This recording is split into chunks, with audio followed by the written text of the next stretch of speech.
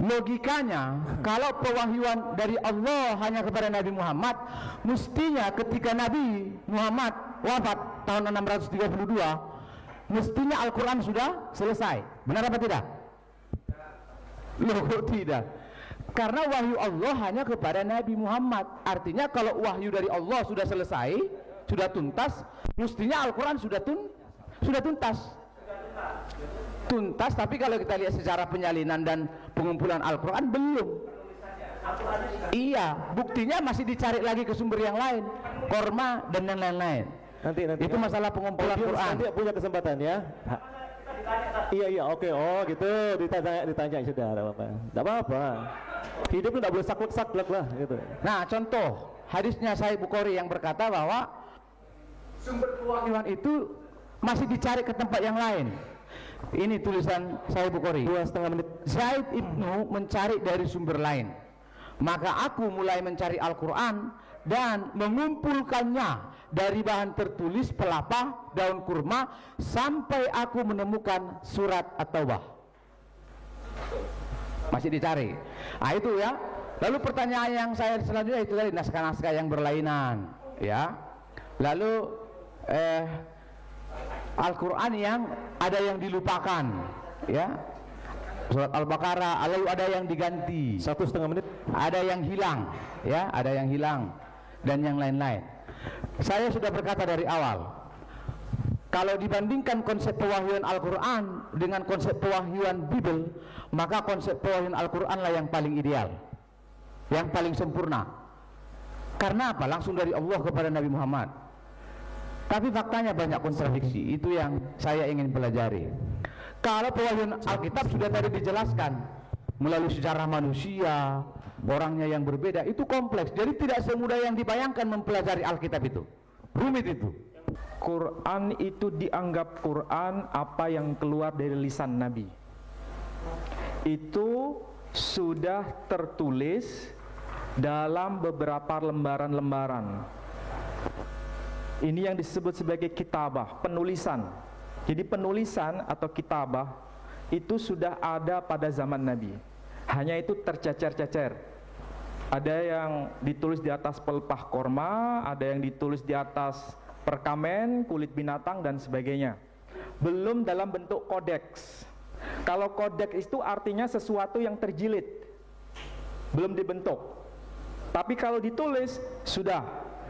Masalahnya yang dijadikan kodeks itu, dalam bentuk kodeks itu memang terjadi pada masa setelah Nabi tiada, dijadikan kodeks, dijadikan bentuk jilid. Ini yang tidak dipahami oleh Pak Manurung. Jadi istilah kodeks dalam bahasa Arab namanya tadwin. Jadi dihimpun. Ini dilakukan atas kesepakatan para sahabat Nabi. Jadi sahabat Nabi betul-betul satu dengan yang lain saling mengawasi. Saling mengawasi. Mana yang disebut Quran, mana yang hadis, mereka tahu, sehingga membedakan. Yang dijadikan dalam satu kodeks, ini yang Quran, ini yang wahyu dari Allah, ini yang sabda Nabi, dibedakan, tidak dimasukkan dalam satu kodeks. Sehingga dalam Islam itu ada Quran satu kodeks sendiri, hadis di luarnya, sehingga para sahabat tahu itu. Nah, bukan berarti Nabi menerima wahyu itu sampai pada kodeksnya. Itu kekeliruan besar. Jadi membuat kodeks, menjadikan himpunan dalam satu buku seperti ini itu baru pada masa sahabat. Ini tidak ada kaitannya dengan wahyu, ini ijtihad, kesepakatan para sahabat Nabi. Ini yang harus dipahami, bukan berarti tadi saya sejak awal sudah mengatakan Nabi tidak menerima Quran dalam bentuk buku dari atas langit kemudian dilemparkan kepada Nabi, bukan. Tapi betul-betul wahyu yang tidak kita bisa pikirkan seperti apa wahyu itu. Berarti Pak Ali setuju? Oh belum. sorry. Nah, jadi dalam bentuk kodeks ya. Kemudian yang kedua mengenai kenapa ayat yang di sini berbeda, padahal ini ya dialog antara Allah dengan Musa. Kenapa ada dua versi? Itu sebetulnya bukan dua versi. Ingat, kalau kita kembali kepada sejarah, Nabi Musa itu bukan penutur bahasa Arab. Jadi Tuhan tidak mungkin bicara dalam bahasa Arab. Pasti bicara dalam bahasanya Musa, yakni bahasa Ibrani. Sehingga kemudian wahyu yang diterima oleh Nabi kita Muhammad sallallahu alaihi wasallam berarti menerjemahkan wahyu yang dulu pernah beliau sampaikan kepada Musa dalam versi berbahasa Arab. Ini pun ada dalam ruang sejarah Nabi. Nabi menerima wahyu itu tidak sekaligus, tapi berangsur-angsur. Karena berangsur-angsur ada penyesuaian dengan keadaan.